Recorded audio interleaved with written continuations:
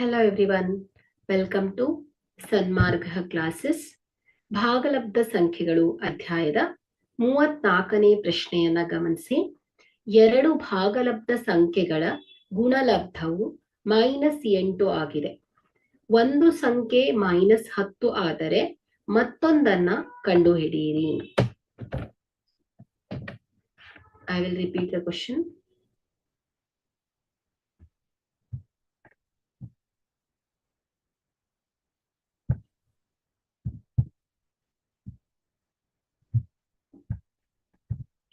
Hello everyone, welcome to Sanmarga classes.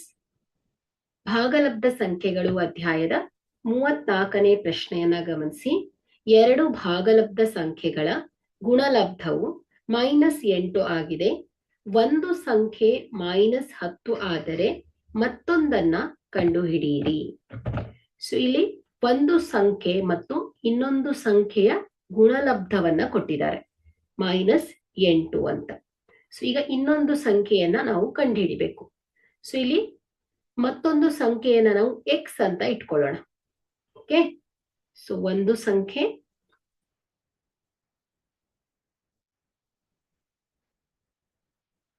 ಹತ್ತು,